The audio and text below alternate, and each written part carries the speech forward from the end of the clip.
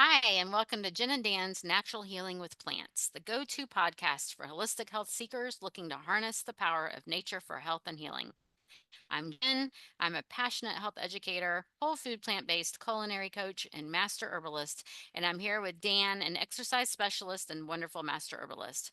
Together, we dive into the world of natural healing, bringing you a wealth of knowledge and practical advice. We draw from both traditional wisdom and modern science with herbs and foods to help you achieve optimal health. So, today we're talking about pain. And pain is often seen as something that we need to avoid and numb. Take those pain pills, right? So, I think pain pills are probably one of the most often used things and requested. People ask us about herbs for pain all the time. But what if we reframe that as a signal? It's your smoke alarm kind of thing. It's a way for our body to tell us something needs attention. Hey, look at me, pay attention, something needs to change. Sometimes this is physical or emotional, but let's look at pain as an ally, not an enemy. Yeah, I mean, I agree with that because if you ignore your pain, your pain is kind of like your check engine light. There's a reason why you're hurting, and a lot of people work through pain, and that's usually not the best thing to do. It depends on the situation. Yeah, well, some people say push through it. Hmm. Push through it. Right. And before we even got on the call, we were talking about people who, get a cortisone shot or, they take these pain pills and keep doing what they were already doing. But, pain is, like you said, your check engine light or your smoke alarm. But it's a sign that there's some sort of inflammation or injury or maybe a nutrient deficiency going on there. And so we have to really pay attention to that. Maybe it's emotional, so maybe it's a heart pain or something like that, and we don't really think about how emotional pain affects our body. And so we didn't talk about this before we got on the air, but Dr. Schultz talked about that a lot. So let's get a little woo woo. How do you feel about that, Dan? Let's get a little woo woo and talk about emotional pain. Oh, well, we talked about this before about how important it is our mental health, right? Yeah. I Yeah. mean, it's proven now that if you have a lot of stress, if you have a lot of physical and a lot of emotional stress, it also increases your inflammation. It increases your cortisol, which is a stress hormone. It Yeah. keeps you Right. tense. Like you're like if you have a lot of anxiety, it keeps your muscles tense, more tense than they would be if you didn't Yeah. have anxiety. And then the shallow breathing and the low HRV, heart um, rate variability too, which Hmm. increases heart danger and things like that. Yeah, do you remember Dr. Schultz talking about emotional pain? Yeah, I remember one case he had with a woman. She was very sick, and she was on the incurables. She wasn't getting any better. And so he goes to her house. You remember this? And Yes, there's the a same story bedroom. I was thinking of. Is Yes. it? Yeah. There was a bedroom for a child. I think she had a daughter or a son, and it looked like the child was still alive. The bedroom was still set up, and he goes, "Who lives here?" And she goes, "It was my child, but they were dead." Yeah. He's like, "Well, you got to get rid of this bedroom. You got to get all this stuff and throw it away." And she fought him on Yeah. it, but she finally threw all the stuff away, got rid of all of it, and then she started to heal. Yeah. Yeah. We don't realize how much we're letting other things rule us and control us, but that creates inflammation in us. Yeah. Well, you It's heard, crazy. let it go. It's hard. It's Yeah. so hard, but that's one of the big secrets to life and health. You have to let it go. Let it go.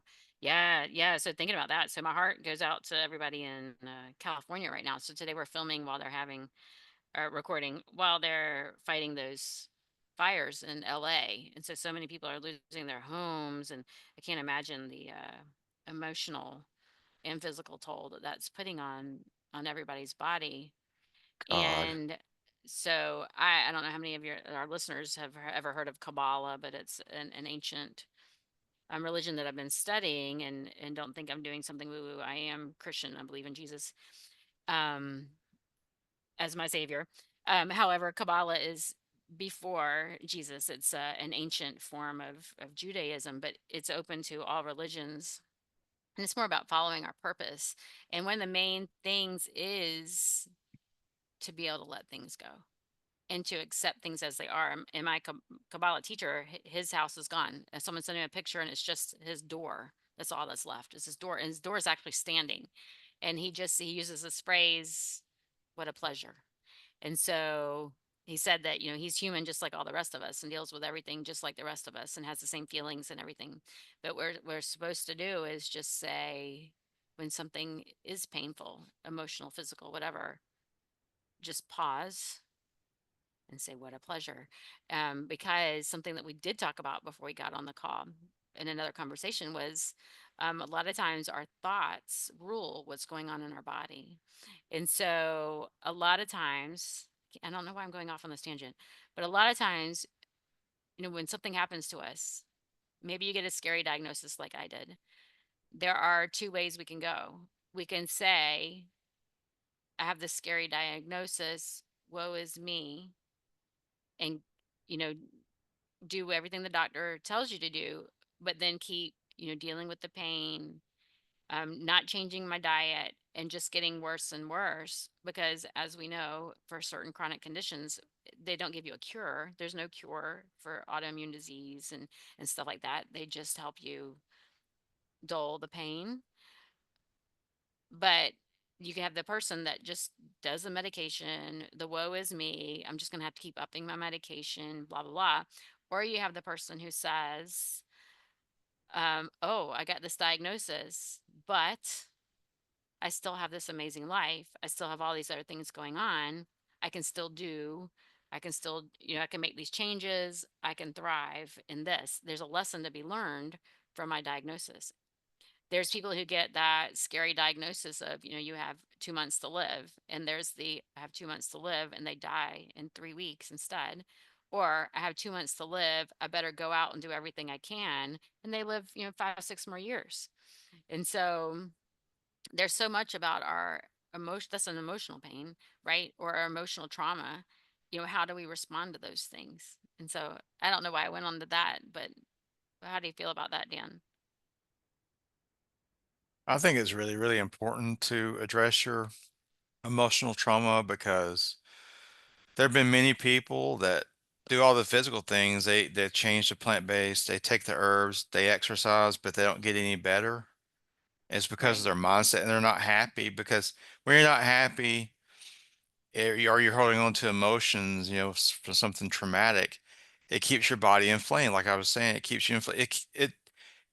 There's chemical Yeah. processes that go on in the body, so it gets in the way of the body healing itself because there's a Yeah, we cascade of are. things. We are biochemistry. Yeah, Yeah. everything we do is a chemical reaction that affects our body.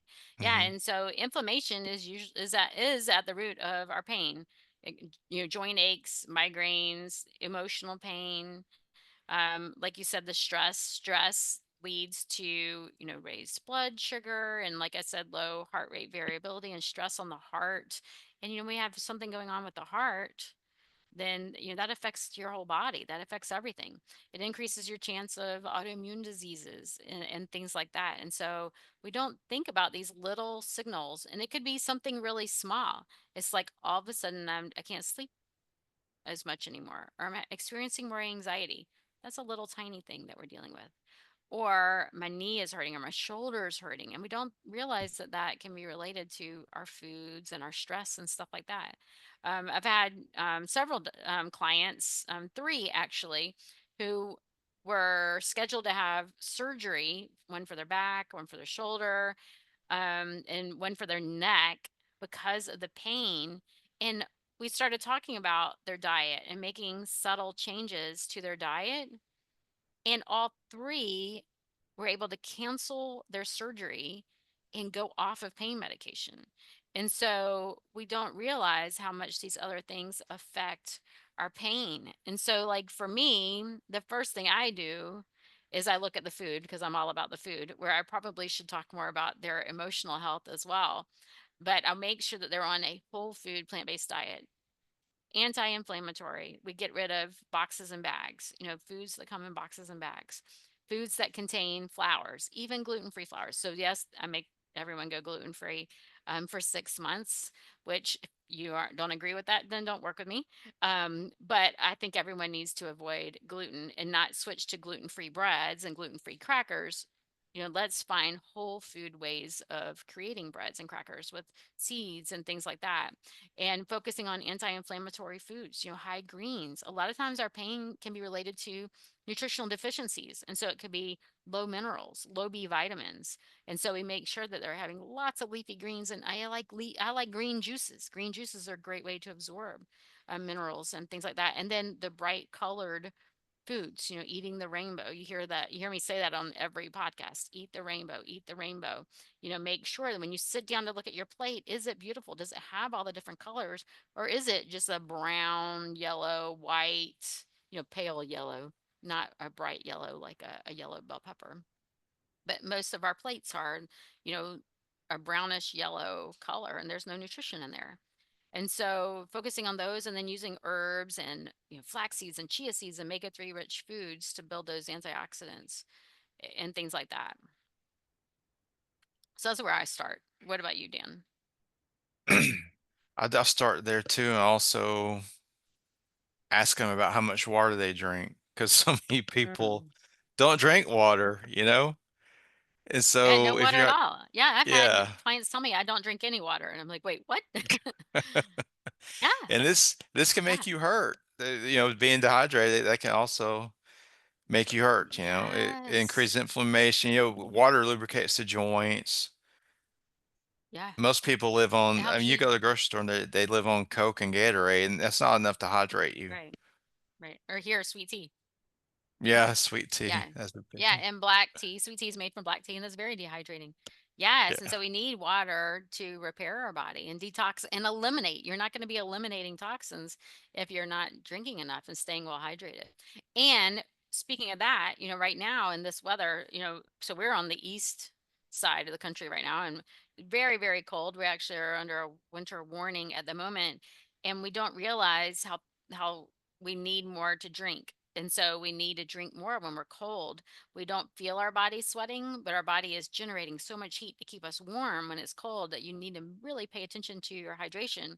And those of you on the West Coast with these fires, obviously there's going to need you need a lot of detoxification, all the smoke in the air and stuff like that. But then even if it's not the winter, in the summertime, if we're swimming, we don't feel ourselves sweating in the pool. We need to make sure that we're staying really, really well hydrated. And so well hydrated is really going to help with pain. So let's transition to some herbs. What are some herbs that you like for pain? Uh,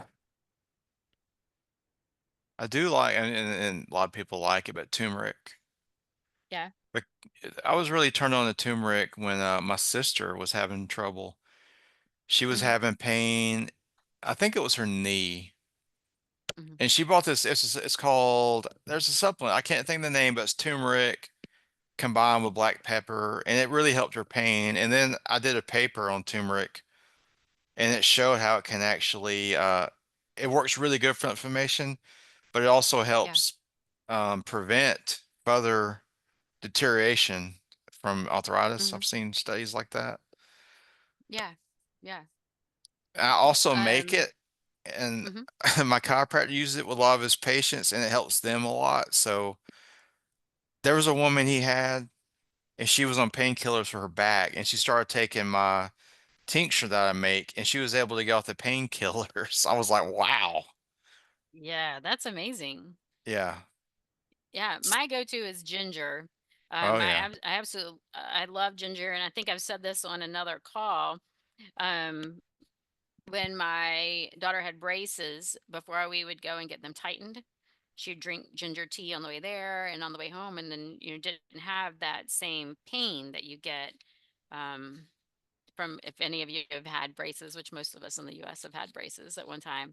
That really, really, really helps with pain. For many things, it could be stomach pain, but any other physical pain as well. And so I really do like those. Another one I like is myrrh oil. I'm looking at a piece of paper here because there's something else There's another one that I got, teasel. So teasel is one that I started using. I had a client who actually taught me about teasel, and so this is from, what is this from? Jim McDonald, who's a wonderful herbalist. And so I have paper from him. And teasel root is used to treat torn connective tissues. So it's wonderful for torn muscles, and it has an anti-inflammatory action on all joint tissues. And David Winston spoke of its usefulness in treating narrowing of the vertebral discs. And so I Wow. love teasel is one that I just recently started buying. And so we didn't give a health disclaimer, but we're not telling you to use these herbs. We are not doctors. We are not your personal herbalist. And so we want to make sure that you do your own due diligence and see what herbs are right for you. So that's our medical disclaimer. We do not diagnose, treat, prescribe. We're not telling you to take any of these things that we're mentioning today, but look into these things because they some of these herbs can be really really helpful. And another one that I really like, I love actually for any kind of muscle pain is arnica. I love arnica gel. I know there's arnica used in homeopathy as well. So you can take it internally, but I like the arnica gel that you can get at any local store, grocery stores, CVS, Walgreens, whatever. And it's nice. And the one I get is like a roll on, kind of like the deodorant roll ons that people used to use, but you just roll it on, wherever you have a muscle ache or pain. I love it. That one is a really, really great one. And I don't sell it, but I also really like the Dr. Christopher Complete Bone and Tissue. Yeah. Yeah. I just think, I Yeah. mean, for me, I take it on a regular basis because I think as we get older, it can Hmm. help prevent some of the degeneration people get, in their joints and stuff like that. So, Yes. yeah. That made me think of another one. I was thinking it might be Solomon's seal. Mm, Um, is also another one that's really great for helping with pain. But I could be wrong. I was thinking Solomon seal for some reason. Anyway, if yeah, you're yeah. listening and you are familiar with Solomon seal, then post in the comments so that we can all share. So these are the when we went to the School of Natural Healing, and we focused on 100 herbs, and so there were 100 herbs that we really focused on and made sure that we know, backwards and forwards. But we've also studied other herbs outside of school. But yes, so Solomon's seal helps to restore proper lubrication of the joints. And so I think that is fabulous, Wow. right? So many people, they Yes. have pain and pressure, especially in the spine, the pine, and the spine. And so I think so. Solomon's seal is wonderful. So let's talk about emotional stress. What are some herbs that can be used for emotional stress? Mm. Well, ashwagandha is a tonic. It's Hmm. a tonic herb, helps lower cortisol levels. It helps people to calm down. That's a really popular herb now. Yeah, that's a good one. I do like ashwagandha. It's not right for everyone. I've seen some stories where I think David Winston talks about how ashwagandha can cause thyroid storm. So if you know you're struggling with autoimmune thyroid, then make sure that you work with an herbalist if you're going to take ashwagandha. But that can be really, really calming. I like the ashwagandha. It sounds calming. So that's a really great one. I love passion flower and magnolia root. And so passion flower helps with that monkey brain, those circling thoughts. And so I really like passion flower, especially at bedtime. And it helps with anxiety, but so does magnolia root. And so for me, I was diagnosed with autoimmune thyroid disease, and so I was using ashwagandha until I read about what David Winston had to say, and so I switched to magnolia root, and I really love magnolia root for its calming abilities. But I also think that we need to, rotate our herbs. So if you are someone who does frequently have stress and anxiety. So for me, when I was diagnosed in 2007. I just thought it was my personality. I didn't realize that it was a part of an illness, having anxiety. So I'd had anxiety my entire life. So I always thought it was part of my life. And so I do still take these calming herbs, but I rotate them because our body can become sensitive to things. And so, you want to make sure that you're rotating your herbs. And another herb that is supposed to be really helpful is rhodiola. And a lot of people love it. It balances your mood and helps with stress. And a lot of people have a lot of success with it. When I took it, I became very agitated. And then I thought maybe it's just a fluke. It can't be the rhodiola. Everyone praises rhodiola. And so I went off of it for a while and then I tried it again and I became very agitated again. And so for me, I feel like rhodiola is not the right thing for me, but it is one that is wonderful for some other people. So that's something I wanted to say is sometimes we have to test these on ourselves. Mhm. Take it and see how you feel. Don't invest in a pound of dried herbs or 5 pounds of a dried herb until you've tested and see does this work for me or not, because they can be pretty expensive. And so get a small amount, see how you do, is it right for you before you make a large investment, because it can be expensive. And then what are some other ones? Well, I like valerian root, but it's also got the same for some it works for me really well, Me but too, I love yeah. valerian. But some people claim that it makes them actually stressed. I don't think that's very common, Yeah, but like it you're just helps me saying, sleep. they have to try it. Yeah. Oh yeah. Yeah, it helps me sleep. I love valerian, and I like it as a tea, but I also like the tincture too. And Yeah, some other it's ones that good. I like to help with sleep, I didn't mean to interrupt you. Go ahead. Some others that I like to help with sleep are chamomile. I know that's one of your favorites. You talk about Mhm. chamomile a lot. And lavender and holy basil. So I will do a combination. So valerian, if you've never had it before, it's kind of stinky. It kind of to me it kind of smells like dirty feet, but it's a different kind of dirty feet than cumin. Cumin kind of smells like dirty feet too. But valerian, it has like a blueberry stinky feet smell, and so we'll usually combine it with lavender. And so lavender is also very relaxing. So we'll combine valerian and lavender, or we'll combine like lemon balm and some tulsi. So tulsi, both of those are very, very relaxing. Lemon balm is really helpful for anxiety. Studies have shown that it's as effective as anxiety prescriptions, but they can't market and sell lemon balm like they can these others. And so lemon balm is really helpful. But I have read studies where if you have like Hashimoto's or low thyroid, sometimes it can lower it even more, because it is very, very relaxing and slowing you down. So, what are some, let's transition, what are some lifestyle things? Because we said, pain is an alarm. And so we don't want to just take the herbs and not address these other things. We talked about food. We need to focus on anti inflammatory foods and things to cool internally. But what are some other things that we need to work on? Well, I'm a big believer in strengthening your muscles too, because a stronger muscle, like say for, if you have any arthritis in your knees, if you Hmm. strengthen the quad muscles around the knees, it takes a lot of stress off the knee and it helps the knee stop hurting. I have a client now that was in severe pain, and I work out with at the gym twice a week, and that has helped her so much. It's even surprising me. She's almost completely out of pain, but of course she's also taken a few herbs, but the strength training has really helped her. And she's with me, so I pick exercises that are, they work, they make you strong, but they're not really high risk exercises. Yeah. And you also need to work on your flexibility, strengthen the muscle and stretch the muscle. You have to do both. I think a lot of people, they want to do one or the other, and it's better to do both, strengthen and stretch. Yeah, I totally agree with that. For me, I was having really bad back pain. And I couldn't figure out what it was until I was walking the dog. My son's dog was here with me, and she's a pit bull, and she was very strong, and she would jerk me. And she jerked me one day, and I went, "Oh, that's where this pain is coming from." And so I started doing qigong, and I couldn't believe it. In 3 days, I had gone from this severe back pain to no back pain. And so it was absolutely wonderful. And it's just the stretching and the breathing, the deep breathing, which also helps with stress, right?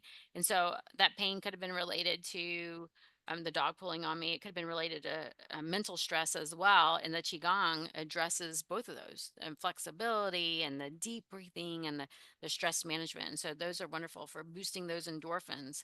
I know for me, um, I would I would run. I would just do light running. Now it depends on where you are. If you're having an autoimmune disease or chronically stressed, running could be adding too much stress on your body, and walking could be better. But finding things that help to release those endorphins, those are also wonderful for not only helping to lubricate the joints but also for pain killing. Another thing I always talk about with my clients is how are you sleeping? It's so important. Oh my God. Yeah, you Because don't that's when your heal if you body don't sleep. heals. Yeah. Yeah. Yeah, we said at the same time. Yeah. Yeah, I know. Yeah. Um, Yeah. because you could do Sleep is so everything right. important. Yeah. If you're not sleeping, it's not gonna work so well. Mm-mm. So, No, and doing those things like dimming the lights at night, putting away um, your devices. We don't want that mm, blue light coming in because that affects our melatonin, so we don't sleep as well. So getting off of your phone, putting down the iPad, turning it off, and turning off anything in your room that gives off those um, magnetic fields, right? I've yeah. even seen where sometimes people have to move their bedroom, like if they have one of those electric, what are they, the circles that are on the walls that measure the power in the house. Yeah, power If meter, your I think's what they call power it. meter, if your bed is up against that, that can keep you from sleeping as well. Yeah. And so paying attention, where are those things? Do you have outlets behind your bed, where your head is, and things like that that may be affecting you, because we're energy. We are made up of energy. And when those are giving off more electrical vibes and things, that can affect our energy as well. So that leads us to, we're talking about stress management because we talked about that first, but it's Yes. also affects your sleep. If you're, Hmm. because you and I both have had bouts of chronic anxiety, and it is almost Yeah. impossible to sleep. Yeah, and you have those So, circling thoughts. That's why I'm studying Kabbalah, to learn to focus on the positive things. And so waking up, instead of thinking about what I should have done or what could have gone or what could happen, thinking about the possibilities and what went well and things like that, and reframing the brain if I'm having trouble sleeping. yeah. Yeah, and I interrupted you. No, you didn't. I just Working. know that, Yeah. huh. So then going back to the stress management. So working on the deep breathing, finding methods that will help you. So meditate. Some of us don't meditate. I'm not very good at meditating. But I can work on deep breathing and, things like that, and doing things like movement, or like in my membership group this month, we're doing neurographic art, which is kind of like Zentangle. Some people are familiar with Zentangle, where you draw, and that's as a form of meditation. For some people it's painting, doing your hobbies. Those can be forms of meditation as well. And so finding what helps to calm your body and get you out of the day-to-day stressors that you're in.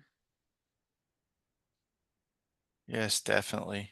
You have to find something to occupy your mind. I've noticed people have that are good at managing their stress. I noticed that these people they're always doing something they enjoy. Like I have a friend that he's always working on something, whether it's a guitar he's working on or he's working on putting up a light fixture. And I knows it's because it occupies his mind and it relieves his stress. And also playing a musical instrument, something that really occupies the mind, Oh lowers the yeah. stress because it takes your mind off Yeah. of your problems and your all the thoughts Right. that swirl around. Yes, instead of grabbing a glass of wine or Mm, binging on, some chocolate or ice cream or potato chips or something like that. Yeah, do something that you love that can take your mind off of whatever is bothering you. Yeah, so I think we need to wrap it up. So our key takeaways are that pain is your body asking you for support. It is your alarm signal. So listen to it. Listen to it and address it. Make sure maybe you need to clean up your diet. What is causing this pain? And work with your body. See that as an ally. This is your friend telling you, sitting you down, saying, hey, something needs to change.